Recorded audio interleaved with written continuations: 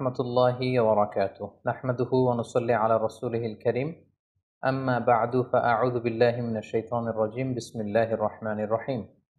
সাইয়্যিদুনা ইয়াকুব আলাইহিস সালাম কালামুল্লাহ মাজিদে বর্ণিত ২৫ জন নবীর মধ্য থেকে তিনি অন্যতম একজন নবী। ইয়াকুব আলাইহিস সালাম ছিলেন সাইয়েদনা ইসহাক আলাইহিস সালামের সন্তান এবং সাইয়্যিদুনা ইউসুফ আলাইহিস সালামের সম্মানিত পিতা।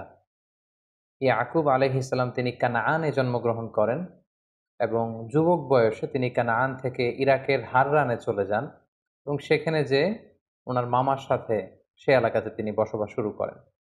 প্রথমে তিনি তার বড় মামাতো বোন লাইয়াকে বিয়ে করেন, তারপরে তার ছোট মামাতো বোন রাহিলকে বিয়ে করেন।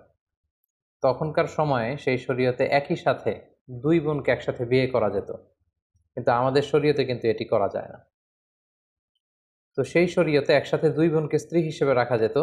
পরবর্তীতে তাওরাতে একই সাথে দুই বোনকে বিয়ে করে স্ত্রী হিসেবে রাখাকে নিষিদ্ধ ঘোষণা করা হয়েছে।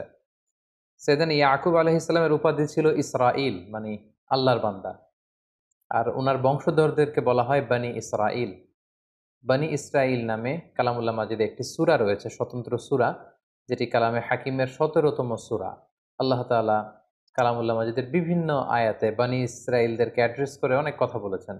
যেমন সূরাতুল বাকারার ৪০ নম্বর আয়াতে আল্লাহ তাআলা বলেছেন, ইয়া বনি ইসরাইল আযকুরু নি'মাতি আল্লাতী আন'আমতু আলাইকুম ওয়া আউফু বিআহদি উফি বিআহদিকুম ওয়া ইয়্যায়া ফারহাবুন। অর্থাৎ হে ইসরাইলের সন্তানেরা, অর্থাৎ ইয়াকুবের যে সন্তানেরা বনি ইসরাইল, তোমরা আমি আল্লাহর দেয়া নেয়ামতকে স্মরণ করো এবং আমি যে নেয়ামতকে তোমাদের উপর পরিপূর্ণ করেছি, আমার সাথে তোমরা যে ওয়াদা দিয়েছো, এগুলোকে তোমরা পূর্ণ করো আর আমাকে তোমরা ভয় করো। এভাবে বিভিন্ন আয়াতে আল্লাহ তাআলা বনি ইসরাইলকে অ্যাড্রেস করেছেন। সাইয়েদনা ইয়াকুব আলাইহিস সালামের সর্বমোট ১২ জন পুত্র সন্তান ছিল। ওনার দ্বিতীয় স্ত্রী রাহিলের গর্ভে জন্ম নেন সাইয়েদনা ইউসুফ আলাইহিস সালাম এবং ইউসুফ আলাইহিস সালামের ছোট ভাই বেনিয়ামিন। এ দুজন ছাড়া বাকি সব সন্তানেরা অন্যান্য স্ত্রীদের গর্ভজাত সন্তান। এবং এই ১২ জন সন্তান থেকেই কিন্তু মূলত বনি ইসরাইলের ১২টি যে উপশাখা বা ১২টি গোত্রের কথা আমরা শুনে থাকি, এগুলো বেসিক্যালি ইয়াকুব আলাইহিস সালামের ১২ সন্তানের মধ্য দিয়ে এই ১২টি উপশাখা তৈরি হয়েছে। সূরা আরাফে আল্লাহ তাআলা ইরশাদ করছেন, ওয়াকাত্তা'নাহুম ইসনাতাই আশরাতা আসবাতান উমামা, অর্থাৎ আমি বনি ইসরাইলকে ১২টি ভাগে ভাগ করেছি। পুরো বনি ইসরাইলের মধ্যে মোট ১২টি উপশাখা বা ১২টি গোত্র ছিল। তাছাড়া সাইয়েদনা মূসা আলাইহিস সালাম মিশর থেকে বনি ইসরাইলের সবাইকে নিয়ে যখন ফিলিস্তিনের দিকে যাচ্ছিলেন, তখন পানির প্রয়োজন হচ্ছিল। তিনি আল্লাহ তাআলার কাছে পানির জন্য দোয়া করলেন যে, আল্লাহ, আপনি আমাদেরকে পানির ব্যবস্থা করে দিন। আল্লাহ তাআলা তখন মূসা আলাইহিস সালামকে বললেন, হে মূসা, তুমি লাঠি দিয়ে পাথরে আঘাত করো, ফানফাজারাত মিন হুসনাতা আশরাতা আইনা, এবং লাঠির এক আঘাতে পাথরটি ভেঙে ১২টি টুকরা হলো, আর এই ১২টি টুকরা থেকে সেখান থেকে ১২টি ঝর্ণা প্রবাহিত হতে শুরু করলো। এবং কদ আলিমা কুল্লু উনাসিম মাশরাবাহুম, আল্লাহ তাআলা বললেন, প্রতিটি গোত্র, বনি ইসরাইলের যে ১২টি গোত্র আছে, প্রতিটি গোত্র কে কোন পানির ফোয়ারা থেকে পানি পান করবে সেটা সেটেল করে দেয়া হলো এবং সেখান থেকে ১২টি গোত্র পানি সংগ্রহ করতে লাগলো। তাহলে এই আয়াত থেকে বোঝা যাচ্ছে বনি ইসরাইলের মধ্যে সব মিলে উপশাখা বা গোত্র ছিল মোট ১২টি। তার ১২টি উপশাখায় মূলত বিভক্ত ছিল। আল্লাহর নবী সাইয়েদনা ইয়াকুব আলাইহিস সালামের সাথে ইসলামের যে ৩টি পবিত্র মসজিদ, মসজিদুল হারাম, মসজিদে নববী এবং মসজিদুল আকসা, এই মসজিদুল আকসা বা বাইতুল মুকাদ্দাস কিন্তু ওতপ্রোতভাবে জড়িত। কারণ সাইয়েদনা ইয়াকুব আলাইহিস সালাম নিজ হাতে এই মসজিদুল আকসার পুনর্নির্মাণ করেছিলেন। ঘটনাটি ছিল এমন, সাইয়েদনা ইয়াকুব আলাইহিস সালাম যখন কানাআন থেকে যৌবন বয়সে, যুবক অবস্থায় ওনার মামার এলাকা হাররানে যেতে চাইলেন, তখন সফর যখন শুরু করলেন, পথিমধ্যে এক জায়গায় রাত্রি হয়ে গেল। তিনি সেখানে একটি পাথরের উপর মাথা রেখে ঘুমিয়ে পড়লেন এবং ঘুমে তিনি চমৎকার একটি স্বপ্ন দেখলেন। এই পুরো স্বপ্নের বিবরণ বিভিন্ন ইসরায়েলি বর্ণনাতে এসেছে যে তিনি স্বপ্নে দেখলেন আকাশ থেকে ফেরেশতারা ওঠানামা করছে, আল্লাহ তাআলা ওনাকে নবী হিসেবে অ্যাপয়েন্ট করছেন, প্রত্যাদেশ করছেন, আর জানাচ্ছেন যে, হে ইয়াকুব, আমি নেয়ামত দিয়ে তোমার জীবনকে ধন্য করব, তোমাকে অনেক সন্তান সন্ততি দেব, তোমার যুরিয়া, তোমার বংশধর তারা গোটা বিশ্ব ছড়িয়ে পড়বে এবং তোমার বংশধরদেরকে আমি এই ল্যান্ডের মালিক বানাবো। সাইয়েদনা ইয়াকুব আলাইহিস সালামের চমৎকার স্বপ্নটি দেখে তিনি ঘুম থেকে জাগলেন ঘুম থেকে জেগে উনি অত্যন্ত খুশি মনে একটি মানত করলেন। তিনি নিয়ত করলেন যে এই জায়গাটিতে আমি একটি আল্লাহর ঘর বানাবো, একটি এবাদতখানা বানাবো। এটার নাম তিনি দিতে চাইলেন বাইতু ইল, মানে বাইতুল্লাহ, আল্লাহর ঘর, যেখানে লোকজন আল্লাহ তাআলার ইবাদত করবে। তিনি মানত করলেন যে এখানে একটি আল্লাহর ঘর বানাবো, পাশাপাশি আল্লাহ তাআলা আমাকে যে রিজিক দিবে, যে রুজি দিবে, তা থেকে আমি 1/10 অর্থাৎ 1/10 আল্লাহ তাআলার রাস্তায় দান করব। যদি হাররান থেকে আমি আবার আমার ভূখণ্ড, আমার জন্মস্থান কানাআনে সহি সালামতে কখনো ফিরে আসতে পারে, আমি এই কাজ দুটি করব। এবং তিনি যেই প্রতিশ্রুতি আল্লাহ তাআলাকে দিয়েছেন তিনি সেটাই করেছিলেন। তিনি এই জায়গা থেকে প্রস্থান করবার সময় এই জায়গাটিকে, এই লোকেশনটিকে যাতে তিনি ভুলে না যান, তিনি পাথরের মধ্যে এক ধরনের চিহ্ন দিয়ে গেলেন। এবং প্রায় ২০ বছর পরে তিনি যখন হাররান থেকে আবার আল্লাহ তাআলার আদেশে কানাআনে ফিরে আসলেন, তিনি তার মানত পূর্ণ করলেন। তিনি ঠিক ওই জায়গাটিতে যেয়ে পাথরের মধ্যে যে তিনি চিহ্ন বা দাগ দিয়ে এসেছিলেন, সেই দাগটি তিনি খুঁজে পেলেন এবং সেখানেই তিনি একটি মসজিদ নির্মাণ করলেন। আর এই মসজিদটি হচ্ছে মূলত বাইতুল মাকদাস বা মসজিদুল আকসা। ইয়াকুব আলাইহিস সালামের এই পুনর্নির্মাণের প্রায় ১০০০ বছর পর সাইয়েদনা সুলাইমান আলাইহিস সালাম এই মসজিদুল আকসা আবার পুনর্নির্মাণ করেন এবং আজও ইতিহাসের বা কালের সাক্ষী হয়ে এই মসজিদুল আকসা বা পবিত্র মসজিদ আজও ফিলিস্তিনের ওই ভূখণ্ডে এটা রয়েছে। এবং সহিহ হাদিস থেকে আমরা জানতে পারি যে আল্লাহর হাবিব সাল্লাল্লাহু আলাইহি ওয়াসাল্লাম বলেছেন যে মসজিদুল হারাম তৈরির ৪০ বছর পর মসজিদুল আকসা নির্মিত হয়েছে। কে নির্মাণ করেছিল এ ব্যাপারে সুস্পষ্ট কোনো তথ্য জানা যায় না। বলা হয় যে সাইয়েদনা আদম আলাইহিস সালাম নিজেই করেছেন, অথবা আদম আলাইহিস সালামের কোনো সন্তান করেছেন। কেউ কেউ বলেছেন যে পরবর্তীতে ইসহাক আলাইহিস সালাম করেছেন। এবং এই মসজিদটি নিশ্চিহ্ন হয়ে যাওয়ার কারণে স্বপ্নযোগে আল্লাহ তাআলা প্রত্যাদেশ করার মধ্য দিয়ে সাইয়েদনা ইয়াকুব আলাইহিস সালামের হাতে এই ঐতিহাসিক এবাদতখানা বা আল্লাহ তাআলার ঘর বাইতুল মাকদাসকে আবার পুনর্নির্মাণ তিনি করেছেন। শেষ জীবনে সাইয়েদনা ইয়াকুব আলাইহিস সালাম তিনি তার পুত্র ইউসুফ আলাইহিস সালামের নিমন্ত্রণে মিশরে গিয়েছিলেন এবং সেখানে প্রায় ১৭ বছর, অন্য বর্ণনা মতে ২৪ বছর তিনি অবস্থান করেছেন।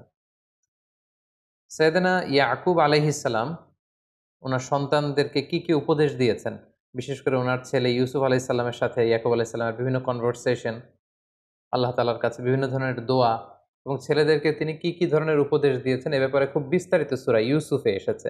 সেখান থেকে কিছু কথা আমি আপনাদের সামনে এখন পেশ করব। যেমন সাইয়েদনা ইউসুফ আলাইহিস সালামকে তিনি চমৎকার একটি স্বপ্নের ব্যাপারে উপদেশ দিয়েছিলেন। তিনি বলেছিলেন, হে আমার ছেলে ইউসুফ, তুমি যে সুন্দর স্বপ্ন দেখেছো এটা কাউকে বলো না। قال يا بني لا تقصص رؤياك على إخوتك فيكيدوا لك كيدا إن الشيطان للإنسان عدو مبين।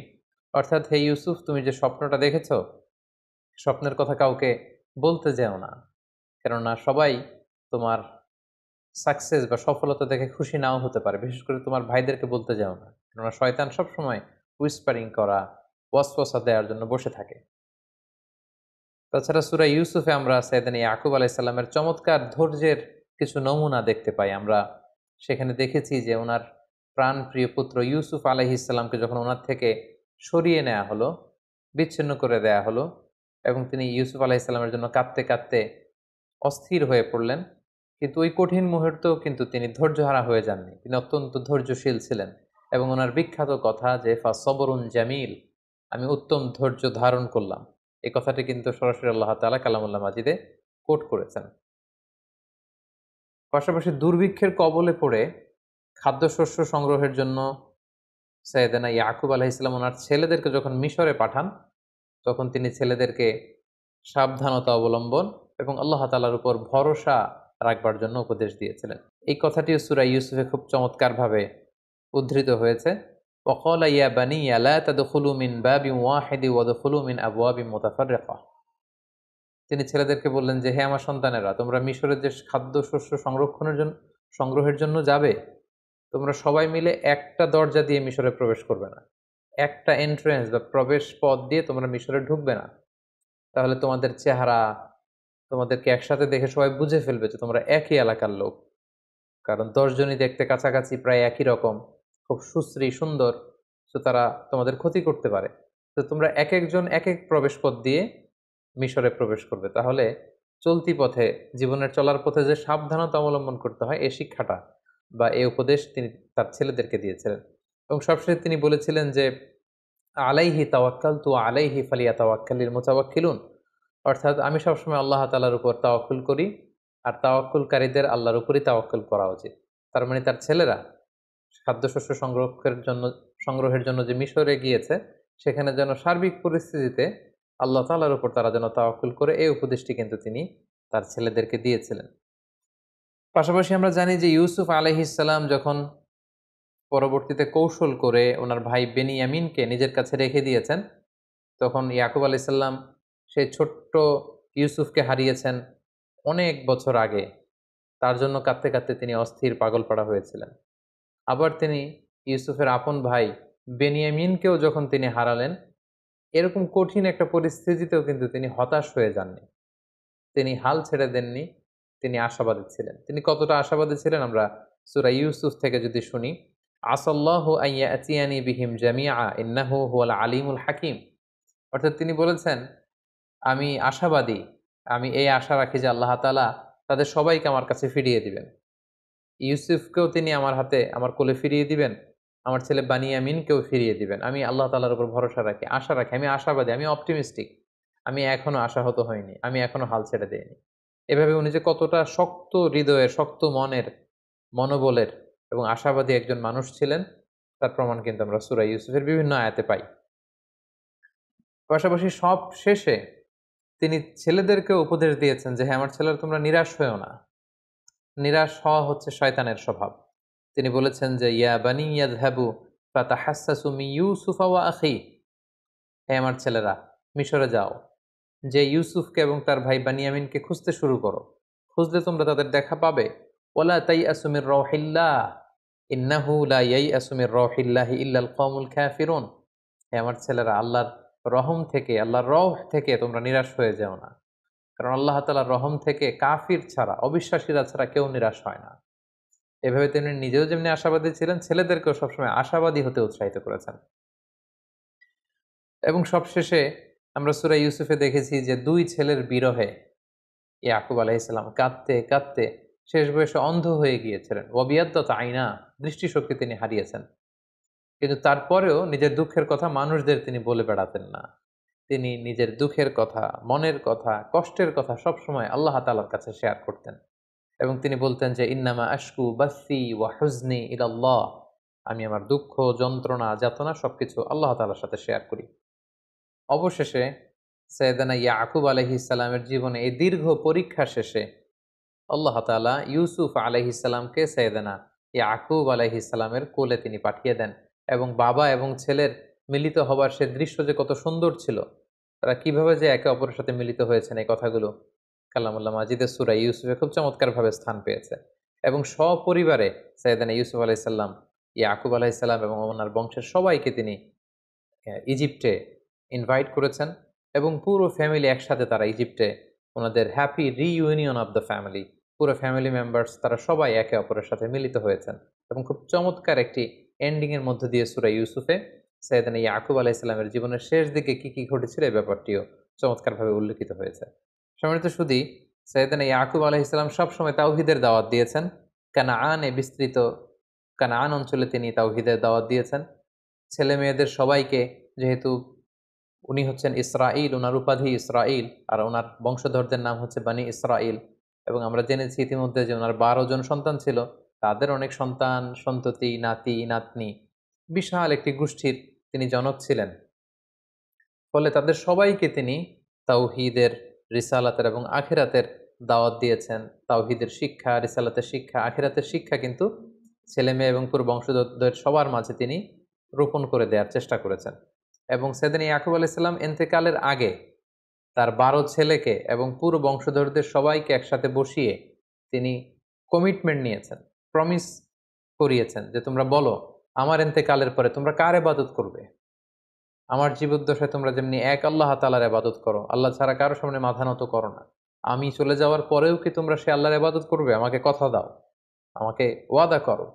এবং এই কথাটি আল্লাহ তাআলা সূরাতুল বাকারার ১৩৩ নম্বর আয়াতে চমৎকারভাবে বলেছিলেন যে, ইয ক্বালা লিবানিহি মা তা'বুদুনা মিন বা'দি, হে নবী স্মরণ করুন সে সময়ের কথা যখন ইয়াকুব তার ছেলেদেরকে জিজ্ঞেস করল যে, মা তা'বুদুনা মিন বা'দি, আমার ইন্তেকালের পরে তোমরা কার ইবাদত করবে? ক্বালু না'বুদু ইলাহাকা ওয়া ইলাহা আবাইকা ইব্রাহিম ওয়া ইসমাঈল ওয়া ইসহাক ইলাহান ওয়াহিদা ওয়া নাহনু লাহু মুসলিমুন। সাইয়েদনা ইয়াকুব আলাইহিস সালামের সব ছেলেরা এক বাক্যে বলে উঠল যে, হে বাবা, এখন যেমনি আমরা এক আল্লাহর ইবাদত করি, আপনার ইন্তেকালের পরেও আপনার রব, আমাদের দাদা ইসমাঈলের রব, আমাদের পূর্বপুরুষ ইসহাক, ইব্রাহিম, তাদের যে রব, এক আল্লাহ তাআলার ইবাদত আমরা করব। ওয়া নাহনু লাহু মুসলিমুন, আর আমরা আল্লাহ তাআলার কাছে আত্মসমর্পণকারী হিসেবেই থাকব। বিভিন্ন ঐতিহাসিকগণ উল্লেখ করেছেন, ইউসুফ আলাইহিস সালামের আমন্ত্রণে সাইয়েদনা ইয়াকুব আলাইহিস সালাম যখন কানান থেকে মিশরে যান, তখন ওনার বয়স ছিল ১৩০ বছর। মিশরে যেয়ে তিনি আরও অবস্থান করেন ১৭ বছর। মোট ১৪৭ বছর আল্লাহর পয়গম্বর সাইয়েদনা ইয়াকুব আলাইহিস সালাম হায়াত পেয়েছেন এবং ১৪৭ বছর বয়সে তিনি ইন্তেকাল করেছেন। পরবর্তীতে সাইয়েদনা ইয়াকুব আলাইহিস সালামকে কানাআনে অর্থাৎ ফিলিস্তিনে কবর দেওয়া হয়, যেখানে ওনার পিতা ইসহাক আলাইহিস সালামের কবর রয়েছে এবং ওনার দাদা সাইয়েদনা ইব্রাহিম আলাইহিস সালামের কবর রয়েছে, যেটিকে বর্তমানে খালিল সিটি বলা হচ্ছে ফিলিস্তিনের হেব্রনে। ঠিক সেখানে সাইয়েদনা ইসহাক আলাইহিস সালাম এবং আল্লাহর খালিল ইব্রাহিম আলাইহিস সালামের পাশে শুয়ে আছেন সাইয়েদনা ইয়াকুব আলাইহিস সালাম। সম্মানিত সুধী, এ পর্যায়ে আমরা সাইয়েদনা ইয়াকুব আলাইহিস সালামের জীবনী থেকে কি শিখলাম, এরকম কিছু লাইফ লেসন যেগুলো আমাদের সারা জীবন কাজে লাগতে পারে, এরকম কয়েকটি লাইফ লেসন শেয়ার করব। প্রথম যে ব্যাপারটি আমরা শিখতে পেরেছি সেটা হচ্ছে, আমরা যদি কাউকে প্রমিস দেই, এই প্রমিস আমাদেরকে রাখতে হবে, কারণ বিশ্বাসীরা হচ্ছে প্রমিস অ্যাটেন্টিভ। আমরা যদি সাইয়েদনা ইয়াকুব আলাইহিস সালামের জীবনের দিকে খেয়াল করি, তাহলে দেখব যে কানান থেকে হারানে যাওয়ার সময় তিনি সুন্দর একটা স্বপ্ন দেখেছিলেন রাতে, এবং ঘুম থেকে জেগে তিনি আল্লাহকে প্রমিস করেছেন যে, আল্লাহ, আমি যদি আবার কানানে ফিরতে পারি, এই লোকেশনে আমি একটি মসজিদ বানাবো এবং আমার যে রুজি উপার্জন রিজিক তুমি দিয়েছ, তা থেকে ১/১০ আল্লাহর রাস্তায়, তোমার রাস্তায় আমি দান করব। এবং সেটাকে কিন্তু তিনি পূর্ণ করেছেন। ২০ বছর পরে আবার হাররান থেকে তিনি যখন কানানে ফিরে এসেছেন, তিনি নিজ হাতে ঠিক ওই জায়গাটাতে যেখানে তিনি পাথর দিয়ে চিহ্ন এঁকে দিয়েছিলেন, ওই জায়গায় একটি মসজিদ তিনি নির্মাণ করে তিনি তার কথা রেখেছেন এবং আজীবন তিনি তার উপার্জিত সম্পদের মধ্যে থেকে ১/১০ আল্লাহ তাআলার রাস্তায় দান করেছেন। তাহলে আমরা বুঝলাম যে মানত যদি আমরা করি, এটাকে পূর্ণ করতে হয়। আমরা যদি কাউকে প্রমিস দেই, আমরা যদি কথা দেই, আমরা যেন আমাদের কথা রাখি, এবং এটাই নবীদের শিক্ষা। দ্বিতীয় যে ব্যাপারটি আমরা শিখি সেটা হচ্ছে, সাইয়েদনা ইয়াকুব আলাইহিস সালাম ছিলেন এ রোল মডেল অফ ফাদার। একজন আদর্শ পিতার কিরকম বৈশিষ্ট্য থাকতে পারে সেটা আমরা দেখেছি সূরা ইউসুফে, যে ওনার একটা ভিন্ন ধরনের প্যারেন্টিং স্টাইল ছিল। আমরা সূরা ইউসুফের বিভিন্ন জায়গায় দেখেছি যে তিনি ইয়াকুব আলাইহিস সালাম ওনার সন্তানদেরকে বিভিন্ন সময়ে যাকে যখন যে ধরনের উপদেশ দেয়া দরকার, ঠিক সে ধরনের উপদেশ কিন্তু তিনি দিতেন। তিনি ইউসুফ আলাইহিস সালামকে এক ধরনের উপদেশ দিয়েছেন, বানিয়ামিনকে তার মতো করে উপদেশ দিতেন, এবং অন্যান্য বাকি ১০ জন ছেলেকেও নানা সময় নানা ধরনের উপদেশ দিতেন, যেটাকে বলা হয় আত-তারবিয়া আল ইসলামিয়া। সন্তানদেরকে ইসলামী তারবিয়াত, ইসলামী আখলাকের মধ্য দিয়ে বেড়ে ওঠানোর জন্য, তাদেরকে গঠন করবার জন্য বাবার পক্ষ থেকে এই ধরনের প্যারেন্টিং, গুড প্যারেন্টিং, যেখানে ইসলামী তারবিয়া থাকবে, ইসলামী টিচিং থাকবে, ইসলামিক লেসন থাকবে এবং ইসলামিক পার্সপেক্টিভ থেকে বিভিন্ন ধরনের উপদেশ থাকবে, সেটি কিন্তু আমরা সাইয়েদনা ইয়াকুব আলাইহিস সালামের জীবনী থেকে দেখতে পাই। ৩ নাম্বার যে শিক্ষাটি আমরা পাই সেটা হচ্ছে আনশেকেবল ট্রাস্ট অন আল্লাহ। আল্লাহ তাআলার উপর ওনার দৃঢ় বিশ্বাস সবসময় ছিল। তিনি যত বিপদেই পড়েন না কেন, যতই তিনি চিন্তিত বা বিচলিত হন না কেন, সবসময় তিনি আল্লাহ তাআলার উপর ট্রাস্ট রেখেছেন। তিনি বলতেন যে, ইন্নামা আশকু বাসি ওয়া হুজনি ইলাল্লাহ, আমি আমার দুঃখ, কষ্ট, যন্ত্রণা আমি আল্লাহ তাআলার সাথে শেয়ার করি। সম্মানিত সুধী, আমরা জানি যে আমাদের জীবনে অনেক আপস অ্যান্ড ডাউনস থাকে, জীবনের ওঠানামা এটা থাকবেই, দুঃখ কষ্ট। ইন্নামা আল উসরি ইউসরা, কষ্টের সাথে স্বস্তি থাকে, স্বস্তির সাথে কষ্ট থাকে। এই দুঃখ কষ্ট এটা থাকবেই। কিন্তু আমাদের জীবনে দেখা যায় যে আমাদের জীবনে কোনো কষ্ট বা দুঃখের সম্মুখীন আমরা হলেই, কোনো সমস্যা হলেই সর্বপ্রথম আমরা সেটা ফেসবুকে শেয়ার করে দিই। সর্বপ্রথম সেটা আমার বন্ধুর সাথে আমি শেয়ার করি, অন্যান্যদের সাথে শেয়ার করি। যে নবীদের অভ্যেস ছিল, ওনাদের জীবনে কোনো কষ্ট দুঃখ আসলে সর্বপ্রথম ওনারা আল্লাহ তাআলার সাথে শেয়ার করতেন, কারণ তিনিই পারেন আপনাকে বিপদ থেকে উদ্ধার করতে। আল্লাহ তাআলাই পারেন আপনাকে এই মুসিবত থেকে রেহাই দিতে। তাই সাইয়েদনা ইয়াকুব আলাইহিস সালামের জীবনী থেকে আমরা শিখতে পারি যে আমরা আমাদের সমস্যা জীবনে যখন আসবে, যখন ফেস করব, কখন কখনো যদি বিপদে আমরা পড়ি, সর্বপ্রথম বন্ধুর সাথে শেয়ার করার আগে, ফেসবুকে শেয়ার দেওয়ার আগে আমরা সর্বপ্রথম আল্লাহ তাআলার সাথে শেয়ার করব। ৪ নাম্বার যে শিক্ষাটি আমরা সাইয়েদনা ইয়াকুব আলাইহিস সালামের জীবনী থেকে পাই সেটা হচ্ছে ধৈর্য ধারণ করা, passions. A true Muslim always remain patient. আমরা জানি একজন প্রকৃত বিশ্বাসী সবসময় ধৈর্যশীল হয়, এবং আল্লাহ তাআলা বলেছেন যে ওয়াবাশশির সাবিরিন, হে নবী আপনি বিশ্বাসীদেরকে, যারা ধৈর্যশীল এরকম বিশ্বাসীদেরকে আপনি সুসংবাদ দান করুন। সাইয়েদনা ইয়াকুব আলাইহিস সালামের জীবনের প্রতিটি পর্যায়ে তিনি ধৈর্যশীল ছিলেন। প্রথমে সাইয়েদনা ইউসুফ আলাইহিস সালামকে হারালেন, তিনি প্যানিক না হয়ে তিনি বললেন ফাসবরুন জামিল, আমি ধৈর্য ধারণ করলাম। বানিয়ামিনকে যখন হারালেন তখনও ধৈর্য ধারণ করে বললেন যে আল্লাহ তাআলা সবাইকে ফিরিয়ে নিয়ে আসবে। তাই ধৈর্য ধারণ করা, এই গুণটি যেন আমরা আমাদের জীবনে আত্মস্থ করতে পারি। ৫ নম্বরে যে শিক্ষাটি আমরা পাই সেটা হচ্ছে আশাবাদী হওয়া বা অপটিমিস্টিক হওয়া। আমাদের অনেকে অল্পতে আমরা হাল ছেড়ে দেই, অল্পতে আমরা কাবু হয়ে যাই, অল্পতে আমরা ভেঙে পড়ি। কিন্তু সাইয়েদনা ইয়াকুব আলাইহিস সালামের আমরা দৃঢ়চেতা মানসিক অবস্থা বা মনোবল যদি আমরা দেখি, যে তিনি পাহাড় সম দৃঢ় ছিলেন। যত বিপদই আসুক না কেন তিনি কিন্তু হাল ছেড়ে দেননি। তিনি আশাবাদী ছিলেন। বারবার ছেলেদেরকে বলেছেন, যাও তোমার ভাইদেরকে খোঁজো, বেনিয়ামিনকে পাবে, ইউসুফকে পাবে। লা তাইয়াসু মির রাহিল্লাহ, আল্লাহর রহম থেকে নিরাশ হয়ও না। বিশ্বাসীরা কখনো নিরাশ হয় না, বিশ্বাসীরা সবসময় আশাবাদী হয়। পাশাপাশি তিনি বলেছেন আসাল্লাহু আইয়াতিয়ানি বিহিম জামিআন। তিনি বলেন যে তোমরা আশা ছেড়ে দিতে পারো, কিন্তু আমি ইয়াকুব আশাবাদী। আল্লাহ তাআলা নিশ্চয়ই আমার সন্তান ইউসুফকে এবং বেনিয়ামিনকে আমার কাছে তিনি আবার আমার কোলে তিনি ফিরিয়ে দেবেন। এভাবে তিনি সবসময় অপটিমিস্টিক এবং আশাবাদী একজন মানুষ ছিলেন। সবশেষে যে শিক্ষাটি আমরা সাইয়েদনা ইয়াকুব আলাইহিস সালামের জীবনী থেকে পাই সেটা হচ্ছে আল্লাহ তাআলার উপর তাওয়াক্কুল করা। যে কোনো পরিস্থিতিতে বিপদে আপদে তাওয়াক্কুল করা। আমরা জানি যে তাওয়াক্কুল মানে হচ্ছে সাধ্যের সবটুকু দিয়ে চেষ্টা করা, কোনো কাজ হাসিলের জন্য পরিকল্পনা করা, এবং এই পরিকল্পনা অনুযায়ী প্রাণান্তকর চেষ্টা প্রচেষ্টা চালিয়ে যাওয়া, এবং কাজ শেষে কর্মফলাফলের জন্য আল্লাহ তাআলার উপর নির্ভর করা। আমরা কিন্তু এটার বাস্তব নমুনা সাইয়েদনা ইয়াকুব আলাইহিস সালামের জীবনে দেখেছি, যে উনি চেষ্টা করেছেন, প্ল্যান করেছেন, ছেলেদেরকে পাঠিয়েছেন, বারবার তিনি তদারকি করেছেন, এবং ছেলেদেরকে পাঠানোর সময় সবশেষে তিনি আল্লাহ তাআলার উপর ভরসা রেখেছেন, এবং তিনি বলেছেন আলাইহি তাওয়াক্কালতু ওয়া আলাইহি ফালিয়াতাওয়াক্কালিল মুতাওয়াক্কিলুন। আমি আল্লাহ তাআলার উপর তাওয়াক্কুল করি, ভরসা করি, এবং ভরসাকারীদের কেবলমাত্র শুধুমাত্র একমাত্র আল্লাহ তাআলার উপরই ভরসা করা উচিত। তাই আমরা যেন আমাদের জীবনের প্রতিটি কাজে দুনিয়ার কোনো কিছুর উপর ভরসা না রেখে একমাত্র শুধুমাত্র কেবলমাত্র আল্লাহ তাআলার উপর ভরসা রাখতে পারি। আল্লাহ তাআলা আমাদের সবাইকে কথাগুলো বুঝার এবং নবীদের দেখানো এই পথে এবং মতে আমাদের জীবন পরিচালিত করার তৌফিক দান করুক। হাযা মা ইনদি ওয়াল ইলমু ইনদাল্লাহ, আলাইহি তাওয়াক্কালতু ওয়া ইলাইহি উনীব।